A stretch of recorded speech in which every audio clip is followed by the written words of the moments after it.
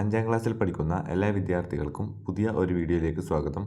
ഈ വീഡിയോയിൽ അഞ്ചാം ക്ലാസ് സാമൂഹ്യശാസ്ത്രത്തിലെ വളരെ ഇമ്പോർട്ടൻ്റ് ആയിട്ടുള്ള ചോദ്യങ്ങളാണ് ഡിസ്കസ് ചെയ്യുന്നത്.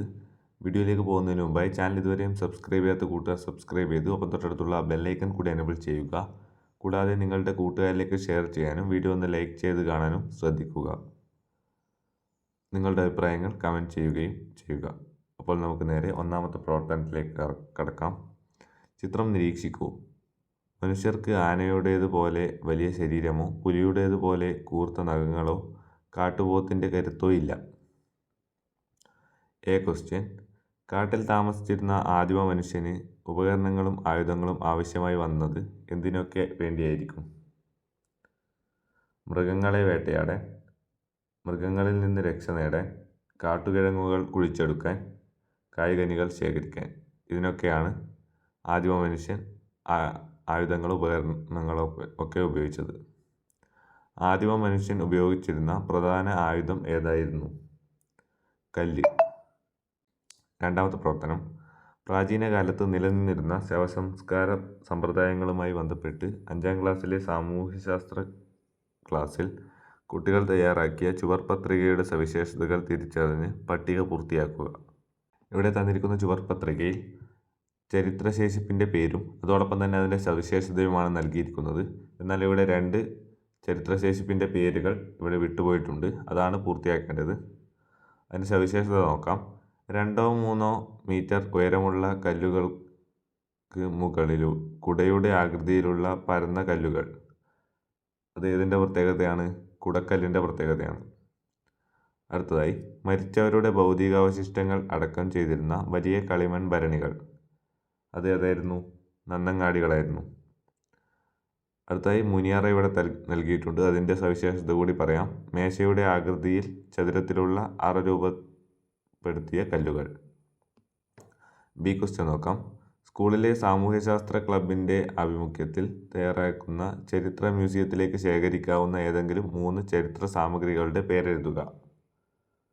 ഉദാഹരണത്തിന് നാണയം, ആയുധങ്ങൾ, പുസ്തകങ്ങൾ, കൃഷി ഉപകരണങ്ങൾ, പാത്രങ്ങൾ. ഇങ്ങനെയുള്ള ഏത് വേണമെങ്കിലും മ്യൂസിയത്തിലേക്ക് ശേഖരിക്കാവുന്ന ഒരു ചരിത്ര സാമഗ്രികളാണ്. അതിലേതെങ്കിലും 3 എഴുതിയാൽ മതി. അടുത്തത് പ്രവർത്തനം 3.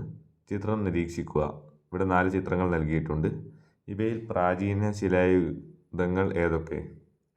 പ്രാചീന ശിലായുധങ്ങൾ എന്നാൽ വളരെ പരുക്കനായിട്ടുള്ള ഉപകരണങ്ങളാണ് അന്ന് ഉപയോഗിച്ചിരുന്നത്. അതുകൊണ്ട് തന്നെ 1-ാമത്തെയും 4-ാമത്തെയുമാണ് പ്രാചീന ശിലായുധങ്ങൾ. പ്രാചീന ശിലായുധങ്ങളിൽ നിന്ന് നവീന ശിലായുധത്തിലേക്കുണ്ടായ മാറ്റങ്ങൾ എന്തെല്ലാമായിരുന്നു? നവീന ശിലായുഗത്തിൽ നമുക്ക് ചിത്രത്തിൽ തന്നെ കാണാവുന്നതാണ്. വളരെ മൂർച്ചയുള്ളതും മിനുസപ്പെടുത്തിയതുമായ ഉപകരണങ്ങളാണ് ഉപയോഗിച്ചിരുന്നത്. മനുഷ്യൻ ആദ്യമായി കൃഷി ചെയ്ത് തുടങ്ങിയത് ഏത് കാലഘട്ടത്തിലാണ്? നവീന ശിലായുഗത്തിലാണ് മനുഷ്യൻ ആദ്യമായി കൃഷി ചെയ്ത് തുടങ്ങിയത്. അടുത്തത് പ്രവർത്തനം 4 നോക്കാം. ഇവിടെ ഒരു കലണ്ടർ നൽകിയിട്ടുണ്ട്.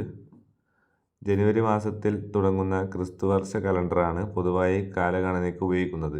കലണ്ടറിൽ ഉപയോഗിക്കുന്ന മറ്റ് വർഷക്രമങ്ങൾ എഴുതുക.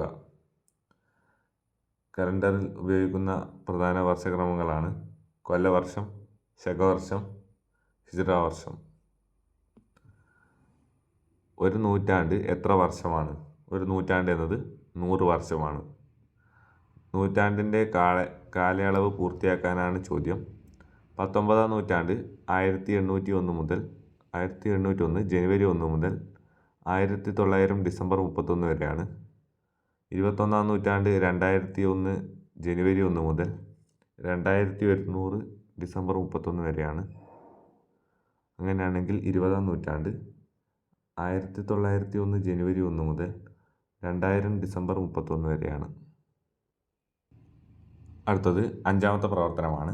പ്രാചീന ശിലായുഗം മുതൽ വെങ്കല ശിലായുഗം വരെയുള്ള കാലഘട്ടത്തിൽ മനുഷ്യജീവിതത്തിൽ നിരന്തരം ഒട്ടേറെ പുരോഗതി ഉണ്ടായി. താഴെ പറയുന്ന മാറ്റങ്ങൾ മനുഷ്യജീവിതത്തിലുണ്ടായത് ഏത് കാലഘട്ടത്തിലാണെന്ന് എഴുതുക. ക്വസ്റ്റ്യൻ. മൃഗങ്ങളെ ഇണക്കി വളർത്തി വാസസ്ഥലങ്ങൾ ഉണ്ടാക്കി. അത് നവീന ശിലായുഗത്തിൻ്റെ പ്രത്യേകതയാണ്. അടുത്തതായി, വേട്ടയാടി കിട്ടുന്ന മൃഗങ്ങളുടെ മാംസം ഭക്ഷണമായി ഉപയോഗിച്ചു. തീ ഉപയോഗിക്കാൻ തുടങ്ങി. ഇത് പ്രാചീന ശിലായുഗത്തിൻ്റെ പ്രത്യേകതയാണ്. ഈയവും ചെമ്പും ഉരുക്കി ചേർത്ത് പുതിയൊരു ലോഹസങ്കരം നിർമ്മിച്ചു. അത് വെങ്കലയുഗത്തിൻ്റെ പ്രത്യേകതയാണ്. അടുത്തതായി ചെമ്പ് കൊണ്ടുള്ള ആയുധങ്ങളും ഉപകരണങ്ങളും ഉപയോഗിച്ചു. അത് താമ്രശിലായുഗത്തിൻ്റെ പ്രത്യേകതയാണ്. വെങ്കലയുഗത്തിൽ കൃഷി മെച്ചപ്പെടുകയും കാർഷികോൽപാദനത്തിൽ വർധനവുണ്ടാവുകയും ചെയ്തു. കാർഷിക മേഖലയിൽ തുടർന്നുണ്ടായ മാറ്റങ്ങൾ എന്തൊക്കെയാണ്? അധികമായി ഉൽപ്പാദിപ്പിച്ച ഭക്ഷ്യവസ്തുക്കൾ സംഭരിക്കാൻ തുടങ്ങി. കാർഷിക വിഭവങ്ങൾ കൈമാറ്റം ചെയ്യാനുള്ള പൊതുസ്ഥലങ്ങൾ രൂപം കൊണ്ടു. പുതിയ കാർഷികോപകരണങ്ങളുടെ നിർമ്മാണവും ഉപയോഗവും വർദ്ധിച്ചു. ഇതിലേതെങ്കിലും 2 എണ്ണം എഴുതിയാൽ മതിയാകും. അടുത്തത് പ്രവർത്തനം 6 സമൂഹത്തിലെ ചിട്ടകളും മര്യാദകളും ജീവിത രീതികളും ആദ്യമായി നാം പഠിക്കുന്നത് കുടുംബത്തിൽ നിന്നാണ്. കുടുംബ രൂപീകരണം നടക്കുന്നത് ഏതെല്ലാം രീതിയിലാണ്? ഇവിടെ 2 എണ്ണം നൽകിയിട്ടുണ്ട്. രക്തബന്ധത്തിലൂടെയും അതോടൊപ്പം ദത്തെടുക്കലിലൂടെയും. ഒന്നാണ് നമ്മൾ കൂട്ടിച്ചേർക്കേണ്ടത്, അത് വിവാഹബന്ധത്തിലൂടെ. അടുത്ത ചോദ്യം, വ്യത്യസ്ത സവിശേഷതകൾ ഉൾക്കൊള്ളുന്നതാണ് കുടുംബം. എ കോളത്തിലെ സവിശേഷതകളെ ബി കോളത്തിലെ സൂചനകളുമായി യോജിപ്പിച്ചെഴുതുക.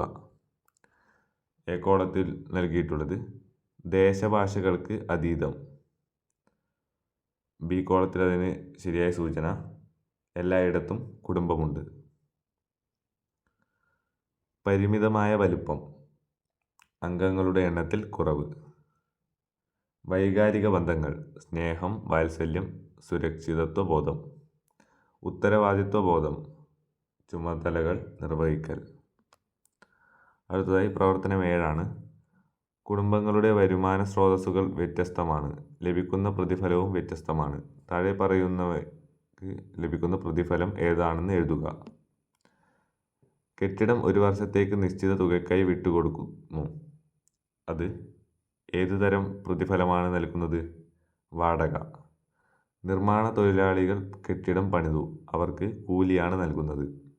ഒരു നിശ്ചിത സംഖ്യ ഒരു നിശ്ചിത കാലത്തേക്ക് ബാങ്കിൽ നിക്ഷേപിച്ചിട്ടുണ്ട്. അതിന് പലിശയാണ് ലഭിക്കുന്നത്. പട്ടണത്തിൽ പോലീസ് ഓഫീസറായി ജോലി ചെയ്യുന്നു. ശമ്പളം. ഗ്രാമത്തിൽ മഹിളാ പ്രധാന ഏജന്റായി ജോലി നോക്കുന്നു. കമ്മീഷൻ.